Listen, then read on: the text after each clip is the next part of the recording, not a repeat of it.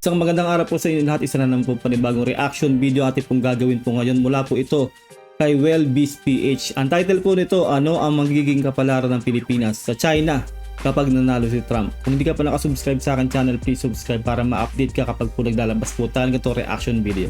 Simulan na natin to, let's do this. Anong magiging kapalaran ng Pilipinas sa China kapag nanalo si Trump? Pero bago yan ay huwag kakalimutang mag-like at subscribe sa ating channel para laging updated ka sa ganitong klaseng video. Ang international na politika ay mahalaga dahil direktang naapektuhan nitong mga bansa sa buong mundo, kabilang ang Pilipinas na nasa gitna ng isang matinding territorial na alitan laban sa China sa South China Sea. Isang rehiyon na sagana sa likas na yaman at mahalagang ruta ng pandaigdigang kalakalan. Sa gitna ng tumataas na tensyon, ang papel ng Estados Unidos ay nagiging mas mahalaga sa pandaigdigang seguridad at sa pagpapanatili ng balanse ng kapangyarihan sa rehiyon. Tama. Isang kawili-wiling aspeto sa equation na ito ay si Donald Trump. Bilang ika-45 na Pangulo ng Estados Unidos mula 2017 hanggang 2021, ang kanyang administrasyon ay nagdala ng malaking pagbabago sa patakarang panlabas ng bansa, particular na sa ugnayan nito sa China. Kilala si Trump sa kanyang hindi pangkaraniwang estilo sa politika at direktang pakikitungo sa China na nagresulta sa magulong relasyon na puno ng mga tensyon at negosasyon. Well, kung mananalo po si Trump, no, yun nangyari po sa kanya na failed assassination attempt na nakaligtas po siya doon. Talaga pong ang laki po ng ipinuntos po yun sa kanyang candidacy po ngayon.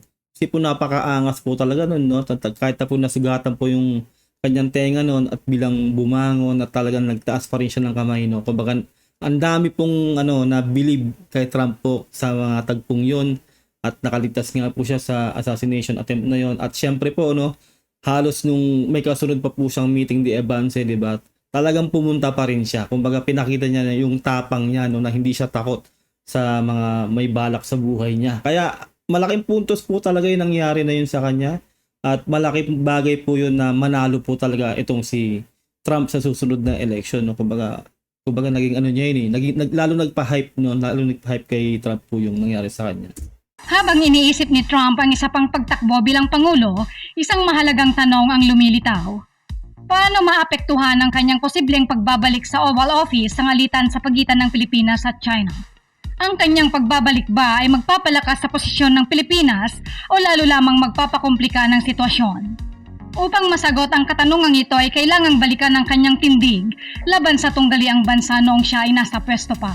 Well, ang para sa akin, no, kung sakaling mananalo po yan si Donald Trump ulit bilang presidente ng US, no, sana maituloy niya yung adhikain ni Joe Biden, no, na pagsuporta sa atin, no, kasi sinabi nga ni Joe Biden na talaga pong ironclad po, no, ang ni Joe Biden sa Pilipinas.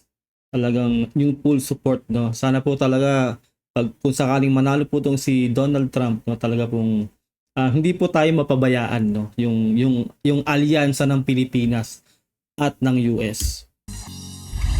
Ang kanyang mga hakbang, tulad ng pagpapataw ng mga taripa at pang-ekonomiyang presyon, ay nagpapakita ng kanyang determinasyon na labanan ang lumalaking impluensya ng China. Gayunpaman, kung sakaling siya ang mananalo, ang epekto ng ugnayang geopolitical sa South China Sea ay mananatiling isang malaking katanungan. Sa pagsusuri ng mga posibleng senaryo, mahalagang tandaan ang implikasyon ng isang Trump presidency sa alitan ng Pilipinas at China ay malalim at komplikado. Ang patuloy na pagtaas ng tensyon at ang papel ng Estados Unidos ay kritikal na aspeto na dapat bantayan. Isa sa mga prominenteng bahagi ay ang trade war na matapang niyang patakaran laban sa China. Naniniwala siya na matagal nang sinasamantala ng China ang Estados Unidos sa larangan ng kalakalan at may determinasyon siyang ituwid ito. Sa part na yan po, no, maganda po yung ginagawa ni Trump, no, yung talaga pong pinupunan niya talaga yung China, no, yung sa trade na yan, trade war. Kumbaga makikinabang din tayo kasi kaalyado tayo, no. Kumbaga kung ganun yung vision po niya ay talaga pong madadamay po talaga tayo diyan, no. Kumbaga alam po kasi ni Trump kung sakaling manalo siya, alam ni Trump na meron tayo talagang sigalot between China sa West Philippine Sea. Sa tingin ko naman talaga, no, hindi tayo mapababayaan ni Donald Trump kung sakaling siya yung mananalo ulit sa presidency sa US. Ngunit hindi lang tungkol sa ekonomiya ang lahat. Ang tindig ni Trump sa China ay umabot din sa mga isyu ng global politics at seguridad. Hayagan niyang kinundena ang mga aksyon nito sa South China Sea at ang pagtrato nito sa mga karapatang pantao. Sa Sa katunayan, madalas niyang gamitin ang mga puntong ito upang palakasin ang kanyang suporta at ipakitang papel ng Amerika bilang pandaigdigang leader. Bukod pa rito, may mga personal na pahayag din si Trump. Siya ay kilala din sa kanyang mapangakit na paraan ng pagsasalita at madalas niyang ginagamit ang mga social media platform upang ipahayag ang kanyang opinyon. Ganyan talaga si Trump ano siya, kumbaga masyado siyang vocal, no? Kumbaga yung ibang presidente, 'di ba, hindi ganyan. Siya talaga ginagamit niya lahat ng resources, no? No, yung X na yung Twitter na ngayon ay Twitter dati, 'di ba, na X na ngayon. Lahat ginagamit niya yung platform na yan kahit nung lalo-lalo nung presidente siya.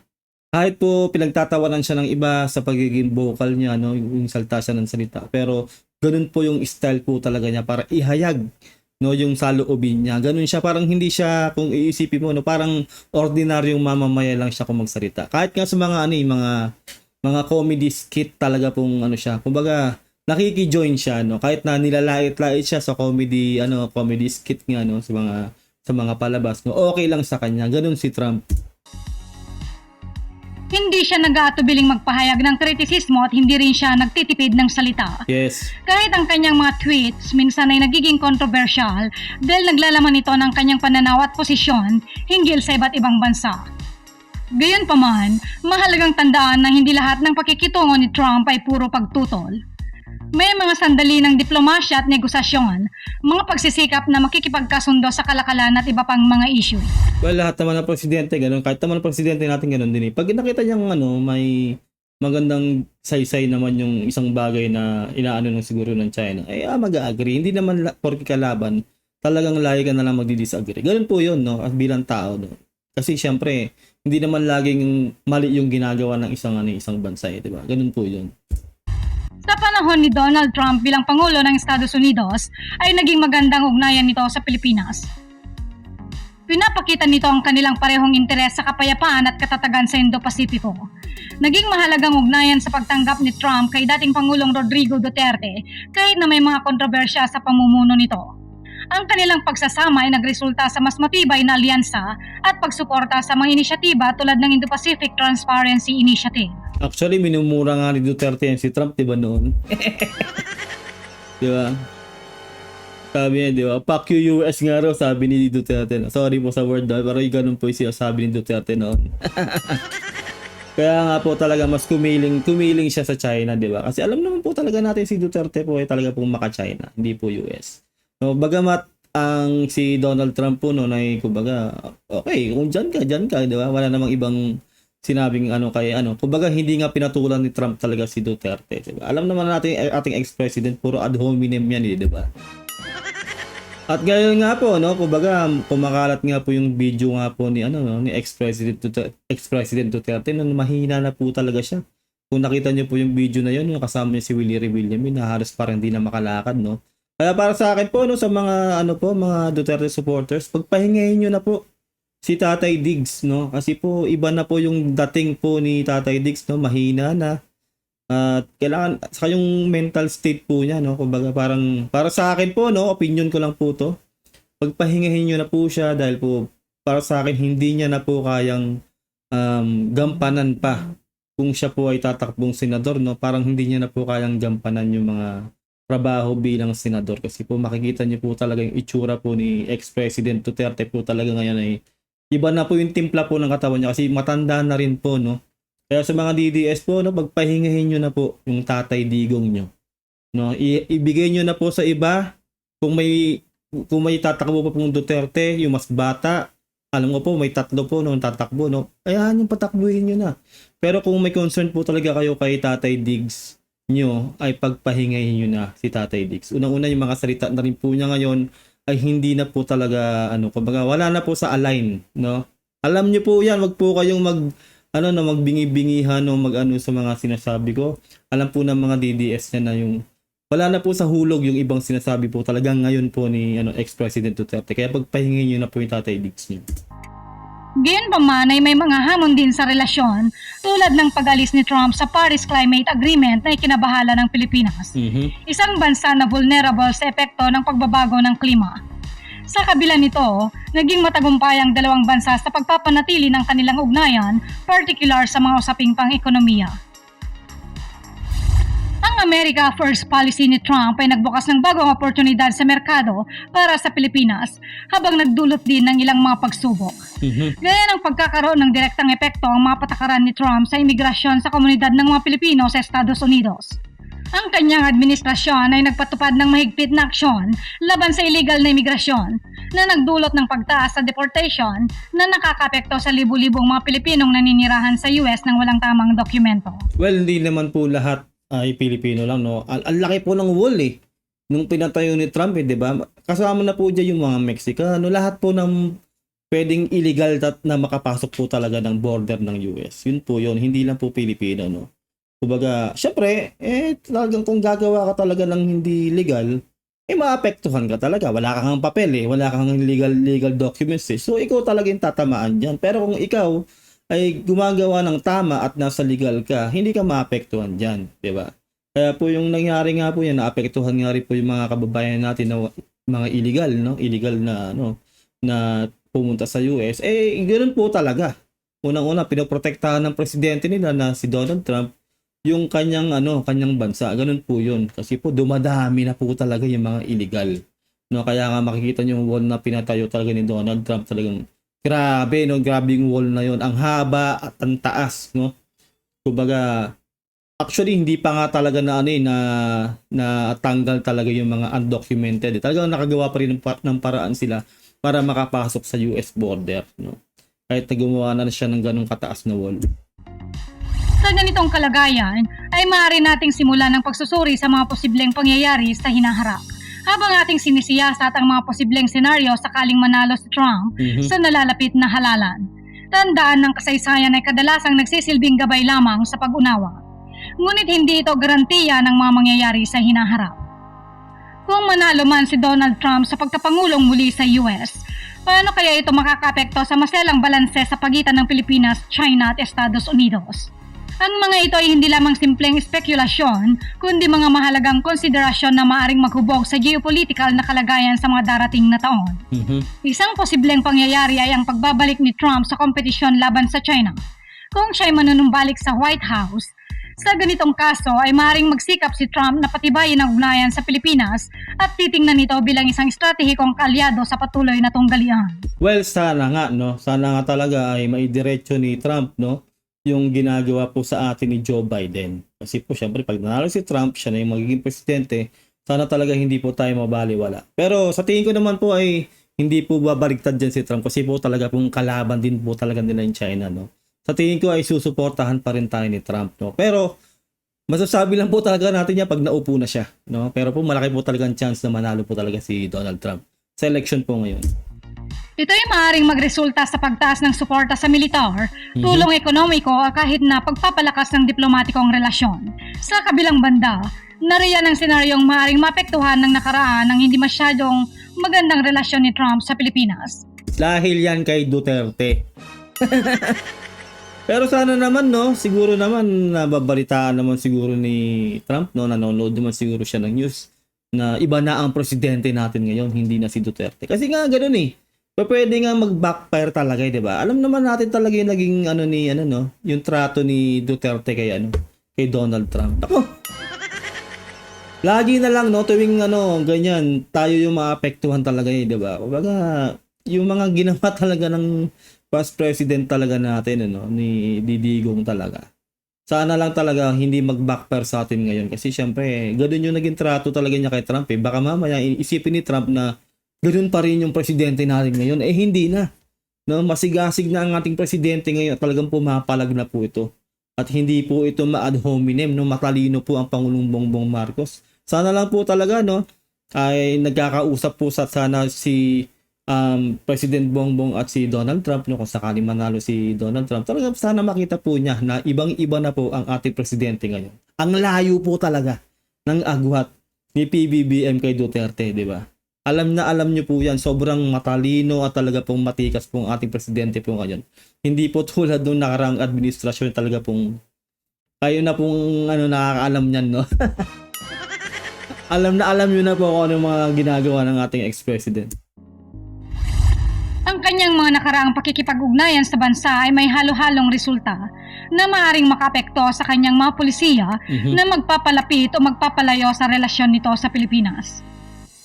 Ang mga opinyon ng Yan yung may kasalanan, no, si Duterte. Ay, nako. Lahat na lang talaga, no. Kumbaga, para sa akin po, no. Although, marami rin namang magandang nagawa o naiwang legacy itong si Tatay Diggs, no. Pero, mas marami yung hindi no? Kumbaga, tayo ngayon, sa panahong ito, tayo ngayon yung, kumbaga, dumadanas, no, nung mga nagawa niya nung kanyang administrasyon, di ba? Unang-una yung sa China, di ba? Hindi naman tayo haharasin ng China kung walang gentleman's agreement, di ba? Kasi, kumbaga, ngayon po talaga, iniisip talaga ng China na tayo yung lumabag sa agreement nila ni Duterte. Kala kasi ng China siguro na talagang effective pa rin talaga yung agreement na yun. Eh, hindi naman uubra na yun sa pamumuno ng ating Pangulong Bongbong Marcos. Wala pong ganun, no? Doon lang yun kay Duterte. Kaya nga po ngayon, ito, tinatamasan natin ngayon, nabubuli tayo sa West Philippine Sea, hinaharas tayo dyan, lahat po ng kagaguhan ginagawa sa atin ng China dahil po dito sa taong to. Real talk lang po yan, gumising po kayo, no? Alam ko po na talaga pong meron din naman siyang magandang nagawa, pero meron po talaga siyang nagawang hindi maganda na talaga pong mas marami ang nagbabackfire po sa atin ngayon talaga. Ngayon po, kahit hindi na siya nakaupo, nararanasan po natin ngayon yung mga ginawa niya. Kumbaga sa atin po napupunta ngayon, kumbaga na hindi naman dapat, 'di ba? Kumbaga tayo ngayon yung nahihirapan, lalong-lalo na po diyan sa sigalot between China and sa West Philippine Sea. mga eksperto ay siyempre magkakaiba. Ang iba ay naniniwalang ang competitive nature ni Trump ay magtutulak sa kanya na patibayin ang mga alyansa laban sa China. Habang ang iba naman ay nagsasabing mahirap hulahan ang tiyak na landas dahil sa kanyang hindi matukoy na pamamaraan. Well, kumbaga matagal-tagal na rin nung hindi siya nakaupo, no? Saka yung polisiya nga, 'di ba? Maring magbabago kasi unang-una, tumanda na rin si Trump, mag-iiba na rin yung kanyang pananaw, 'di ba? Ganun 'yun eh. Kaya hindi rin natin masasabi hanggang di siya nauupo talaga sa gobyerno nila, no?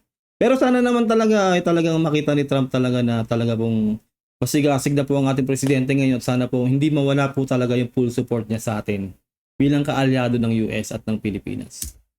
Ang mga potensyal na direksyon ng pulisiya ay iba-iba rin.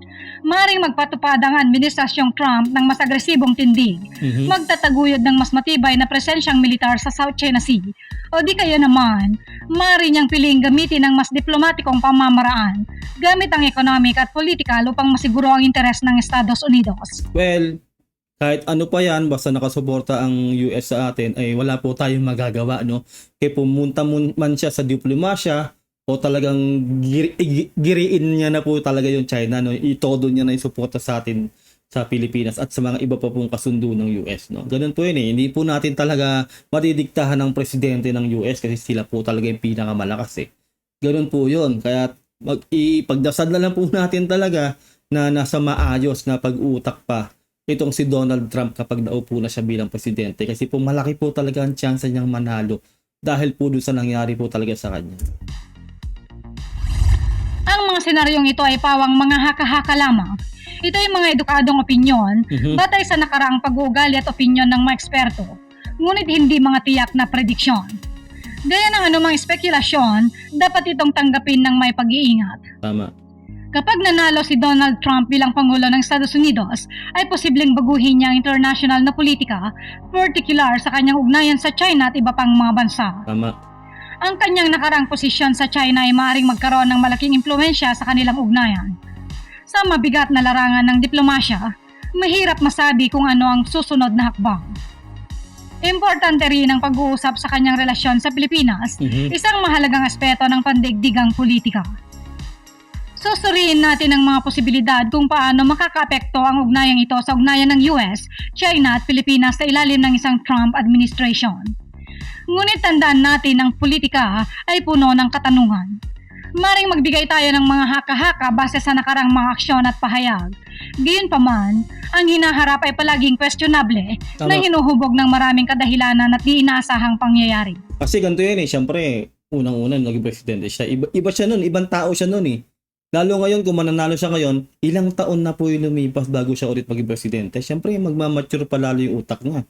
So, hindi po natin alam talaga kung anong magiging desisyon niya pag naging presidente na ulit siya. Kung anong mga panukalang batas yung talagang ilalatag niya.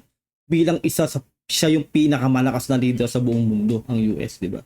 Si Donald Trump kung mananalo siya. Kaya, yun nga, ipagdasal na lang po natin, no, napapabor pa rin sa atin pag umupo na po ito si Donald Trump bilang presidente, na sana mas pumubos sa atin yung mga ilalabas niyang mga polisiya o yung mga tulong sa mga kaalyado niyang bansa, no?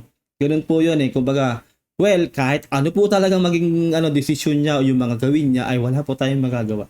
Kasi siya po ay ang presidente ng US. Pero yun lang po, no, talagang ipagdasal natin na talaga pong tayo po ay mas makikinabang din kapag umupo na po siyang bilang presidente.